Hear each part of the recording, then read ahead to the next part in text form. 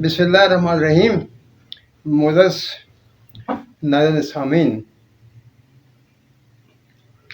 کل جو میں نے نسخہ آپ کے سامنے رکھا وہ ایک بہترین نسخہ ہے، اور شاید اس کی کھانے کا طریقہ، اسے استعمال کرنے کا طریقہ بتانا میں بھول گیا۔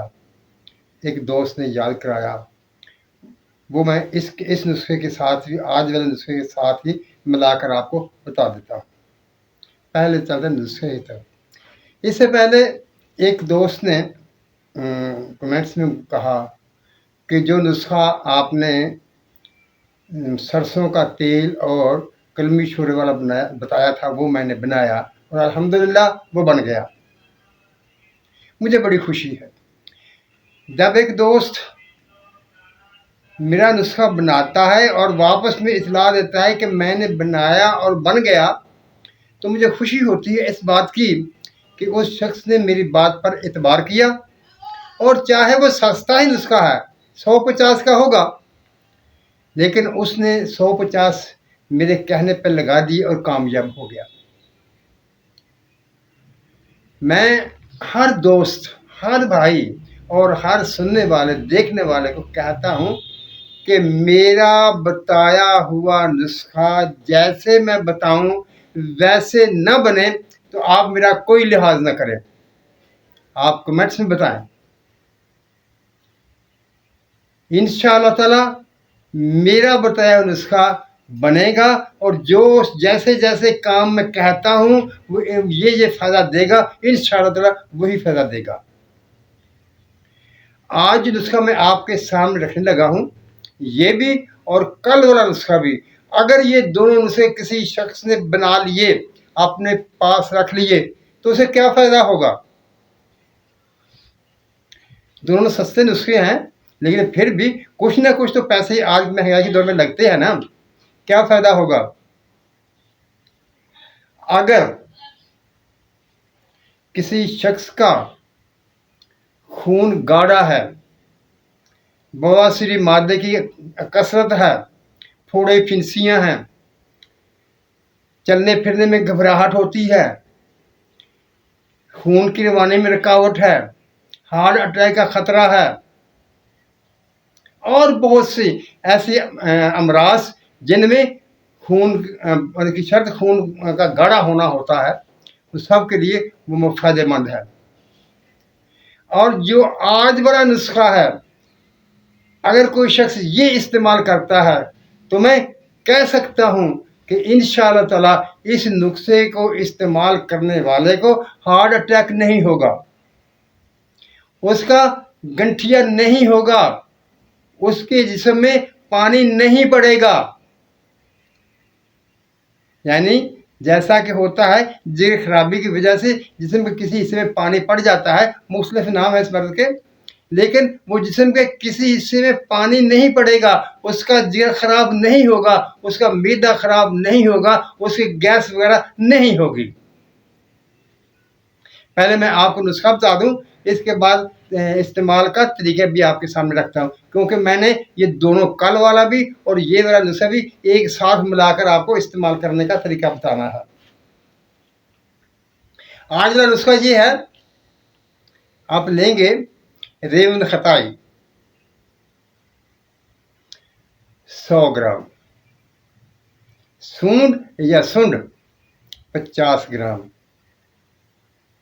کالی مرچ 20 گرام، نشادہ ٹھیکری 20 گرام، اور میٹھا سوڈا 20 گرام، اور 7 پودینہ 2 گرام۔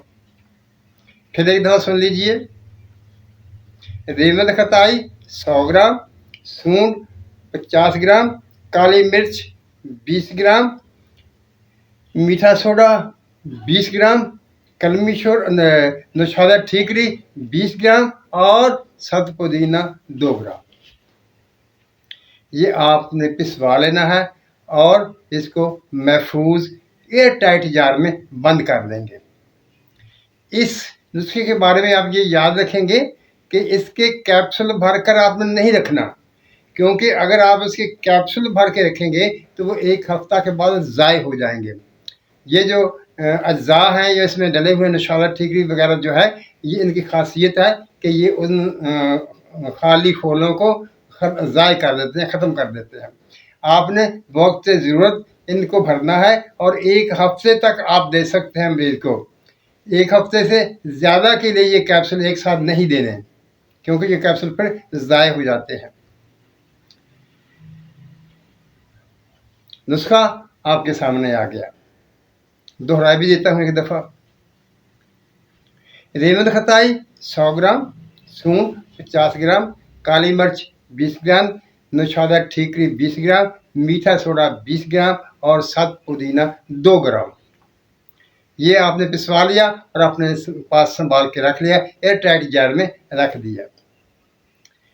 अब आ जाइए, जो मर्ज़ें मैंने आपको बताई हैं उनको अगर तो आप सिर्फ मैदे के लिए इस्तेमाल करेंगे तो ये कैप्सूल तन्हा इस्तेमाल कर लेंगे, सुबह शाम इस्तेमाल कर लेंगे। अगर ज़्यादा तकलीफ़ हो तो सुबह दोपहर शाम खाने के बाद और पानी के साथ आप इस्तेमाल कर लेंगे, तन्हा कैप्सूल इस्तेमाल कर लेंगे। अगर आपका खून गाढ़ा होगा तो फिर आपने वो पहले वाला नुस्खा जो पहली वीडियो में था जिसमें रेठा पड़ता है, वो नुस्खा जिसकी आपने गोलियां चने के दाने बराबर बनाई थी, उसको साथ में इस्तेमाल करेंगे। अगर बवासीर का दौरा है, बवासीर की तकलीफ ज़्यादा है, तो फिर भी ये आप दोनों मिलाकर इस्तेमाल करेंगे। लेकिन जब उस नुस्खे के साथ मिलाकर इस्तेमाल करेंगे तो ये कैप्सूल सुबह शाम करेंगे और वो गोलियां सुबह दोपहर शाम होंगी। फिर सुन लीजिए, अगर शदीद तकलीफ़ में बवासीर हो, खून गाढ़ा हो और गंठियाँ वगैरह हो और कोई शदीद तकलीफ़ हो, तो उसमें आप इन दोनों नुस्खों को बनाएंगे, वो रेठे वाला नुस्खा भी और ये वाला नुस्खा भी। रेठे वाला नुस्खा जो गोलियां आपने चने के दाने के बराबर बनाई थी, वो 3 दफ़ा सुबह दोपहर शाम इस्तेमाल करेंगे और ये कैप्सूल वाला जो है ये उसके साथ सुबह शाम इस्तेमाल करेंगे, पानी के साथ ले लेंगे, कोई बात नहीं। अगर मज़ीद बेहतर बनाना चाहें तो आप ऐसा भी कर सकते हैं, जिगर के लिए इस्तेमाल करें तो कोई शरबत वगैरह सारे इस्तेमाल कर लें जो जिगर की इस्लाह के लिए, जैसे शरबत दिनार वगैरह होता है, तो आप वो भी कर सकते हैं। अगर तकलीफ़ ज़्यादा ना हो तो आप दोनों नुस्खों को अलग अलग भी इस्तेमाल कर सकते हैं।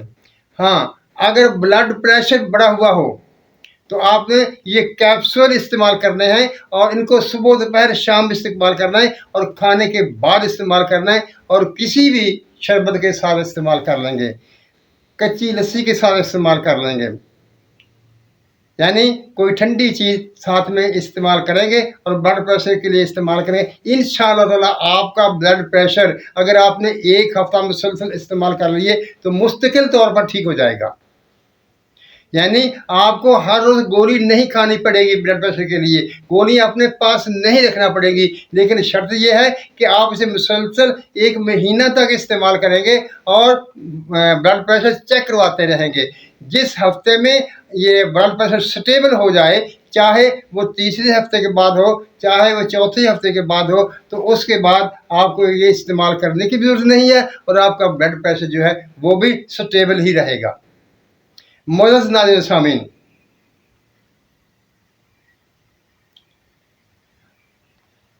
जैसा कि मैं कहता हूँ, आप तबसरा कीजिए, कमेंट्स कीजिए, बयान कीजिए। अगर मेरी कोई गलती आपकी नज़र में आती है तो वो भी बता दिए। जैसे एक भाई ने मुझे याद किया था कि तुमने वो रेठे वाले नुस्खे में उसका तरीका इस्तेमाल नहीं बताया, वो मैंने आज में उसके साथ बता दिया, वो बात मैंने क्लियर कर दी। लेकिन आपने ये दोनों नुस्खे, वो रेठे वाला नुस्खा भी और ये रेवंद खताई वाला नुस्खा भी, ये दोनों बनाने हैं।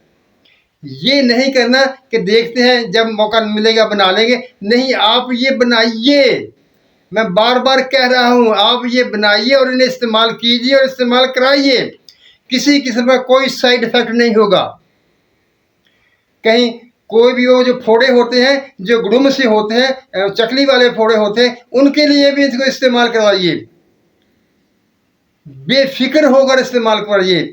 इंशाअल्लाह ताला ये काम करेंगे और आप मुतमिन रहेंगे, आपको फ़ायदा होगा اور آپ کا نام بھی بنے گا. اگر آپ حکیم ہیں اور استعمال کراتے ہیں تو آپ کا نام بھی بنے گا. ریوند خطائی والا نسخہ جو ہے اگر آپ اسے پتھریوں یا رسولیوں کے لیے استعمال کرائیں گے تو وہاں بھی یہ کام کرے گا. پتھری گردے کی ہو، بسانے کی ہو، پتے کی ہو، کوئی ٹینشن نہیں، ہر قسم کی پتھریوں کو خارج کر دے گا. اگر رسولیاں ہوں گی تو رسولیوں کو بھی خارج کر دے گا، لیکن رسولیوں پر عمل آہستہ آہستہ ہوگا، اس کے لیے زیادہ دیر استعمال کرنا پڑے گا. اور ساتھ میں ریٹھے والا نسخہ جو ہے وہ بھی آپ ساتھ استعمال کرائیں گے. رسولیوں کے لیے، پتھری کے لیے اس ریٹھے والے نسخے کو استعمال کرنے کی ضرورت نہیں ہے. اگر آپ استعمال کرانا چاہیں تو کرا سکتے ہیں، ذرا دعا اور مؤثر ہو جائے گی. معزز ناظرین سامعین، میرے خیال میں آج میں نے کوئی چیز نہیں چھوڑی. میں نے مقدار خوراک بھی بتا دی، طریقہ استعمال بھی بتا دیا، اجزاء بھی بتا دیے، بلکہ دہرا کر آپ کے سامنے رکھ دیے. امید ہے آپ کو سمجھ آ جی ہوگی. اللہ تعالی ہم سب پر اپنی رحمتوں کی بارش کرے، ہمیں سچ بولنے، سچ سننے اور سچ پر قائم رہنے کی توفیق عطا فرمائے. آمین. اللہ حافظ.